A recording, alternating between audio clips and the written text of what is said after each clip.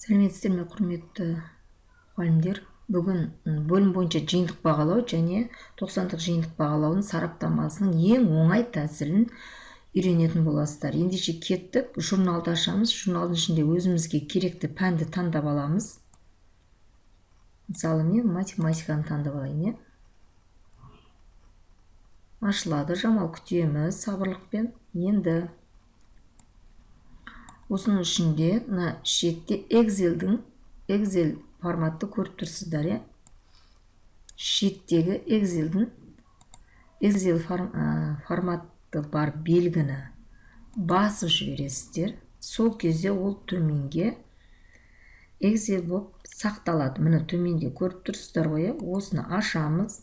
Показать в папке дейсіздер. Папкаде тұрса да жақсы. Міне менде қазір папкаде тұр. Міне неде загрузканың ішінде осының үстін басасыз бір мәрте. Ашылуын күтеміз. Енді қарасаңыз, мына жерде бізде жиынтық бағалауға қосылып формативті бағамызда тұр күнделікті. Бұл бізге қажет емес. Ол үшін төбедегі разрешить дегенді басамыз.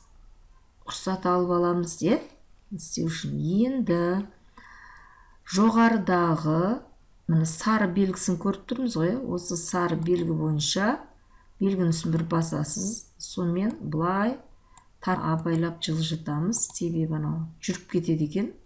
Міне әріптің үстін басамыздағы жайлап мышканы басып отырып жылжытып керекті жерімізге дейін апарамыз. Міне БЖВ-дан өтіп кеттім деп қорықпаңыз, артқа жылжи саласыз. Дәл осылай міне осы жерден тоқтаймыз. Енді бұны жұмыс үстелінің үстіндегі вставить, удалить деген бар. Вставить, удалить деген. Қазір біз жұмыс жасаймыз.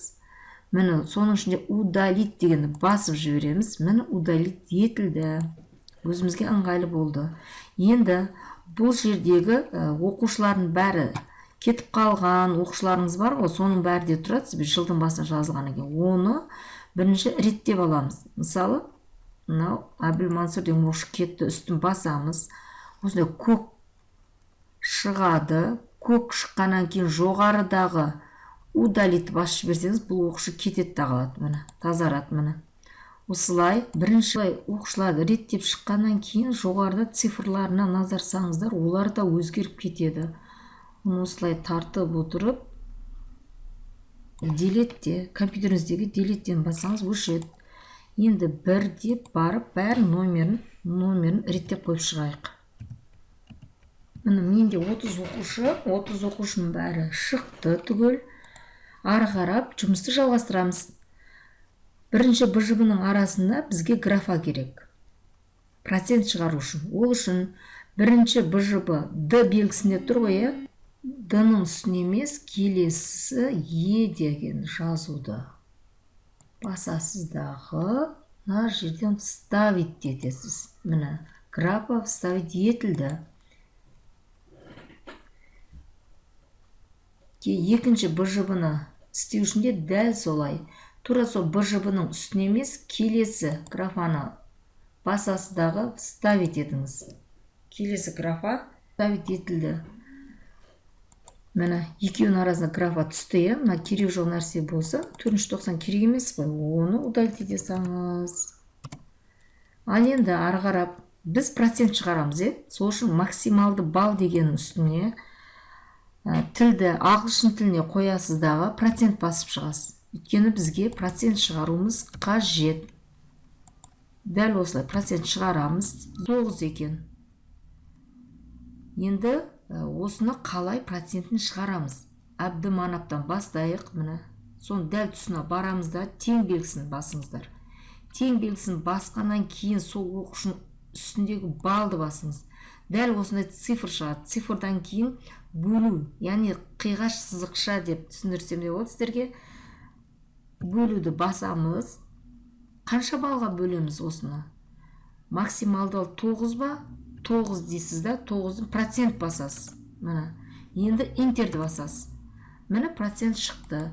Енді бұл жерде біз процентті 0-ге туралауымыз керек. Міне, интер шықты. Қайтадан ол үшін жоғарыдағы жұмыс үстелінде жоғарыда қарасаңыздар, жоғарыға общий деген бар. Общийдің үстін бассаңыз, астында числовой деген шығады. Сол числовойды басамыздағы, оқушыда тұрам, числовойды басамызда, числовойдағы соңғы 000 деген болады. Соны бассаңыз, міне біртіндеп бассаңыз, қасындағы цифрлардың бәрі кетеді, таза процентіңіз қалады. Дәл осыны барлық оқушыға істеп шықпайсыз. Тек осы оқушының үстін осылай белгілеп, ерекшелеп аламыздағы, шетінен жайлап, оқушыңыздың керек жеріне дейін тартасыз. Керек жерін тартасыз да жіберіп қаласыз. Міне ғажап, барлығының проценті шыға келді. Міне әр оқушының процентін дәл осылай шығарып алып, оны көшіріп және орындауға болады. Және бір қайталайықшы, қане мұқият қараймыз. Келесі БЖБ-мыз 10 балл екен максималды. Бұл жерде тағы бір ерекшеліктермен танысатын боласыздар. Міне 10 балл ғой, тең қоямыз. Сөйтіп балдың үстін басамыз, қиғаш сызық бөлуді басамыз. Қаншаға бізге? 10-ға ғой, 10-ға процент шығарамыз. 10%. Жерге дейін көрсетейін, кішкентайына. 100% тартамыз, міне. БЖБ керек болатын болса, әрине оны да шығаруға болады. Дәл осылай қайталаймыз.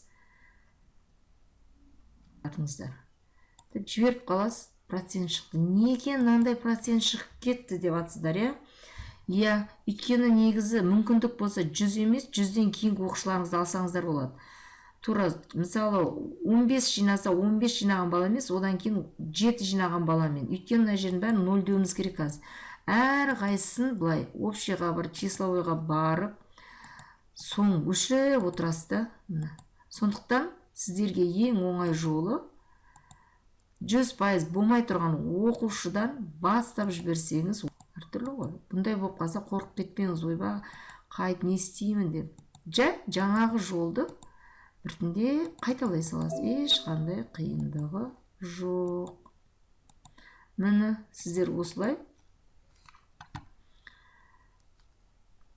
әп-сәтте бір қолдарыңызды үйретіп алсаңыздар болды, қиындығы жоқ. Алғашқы кезде қиын сияқты болып көрінеді, тартқан кезде нақ бұндай шығып кетті деп.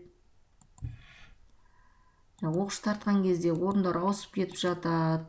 Бірақ бір үйренсеңіз, өмір бақи қиналмай балдарыңызды өзіңіз шығарып отыра беретін боласыз. Тек қолды бұған шамалы бір-екі рет жаттықтырып үйретіп жіберсеңіздер болады. Үлкен апайларда қиналамыз, шығарамаймыз деп жатады. Еш қиындық жоқ, шығара аласыздар. Себебі сіздер күнделік кезекке өзіңіз кіріп шығып жүрсіз ғой, оқушыларыңыздың бағаларында өзіңіз қойып жүрсіз.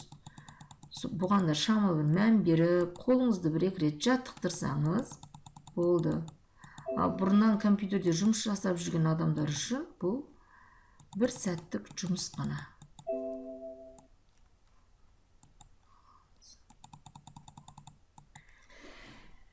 Сондай болып шықпайды сонда. Міне сақайынтетіп қояйық, енді керек қой бұл бізге. Енді бұны біз Word форматта ашып қойғанбыз, енді жақта өзіміз есебіміз білу үшін. Мен жаңа алдын әдебиетімді, қазақ тілін істеппін, міне соның астына енді әдебиет осы сабағымды түсірейін.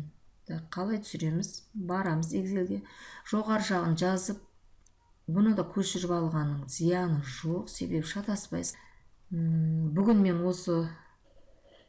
осылай жасап шықтым, өте тез, ыңғайлы. Сіздер де жасап алыңыздар, қиналмаңыздар, жұмыстарыңызды жеңілдетіп үйренейік. Және сіздерге жылы лебіздеріңізді білдіріп, лайк қойып, комментария қойып, менің каналыма жазылуды ұмытпаңыздар. Алдағы демалыстарда керемет сабақтарға пайдалы көрнекіліктер емін-еркін пайдаланасыздар. Бір жақсы жері міне.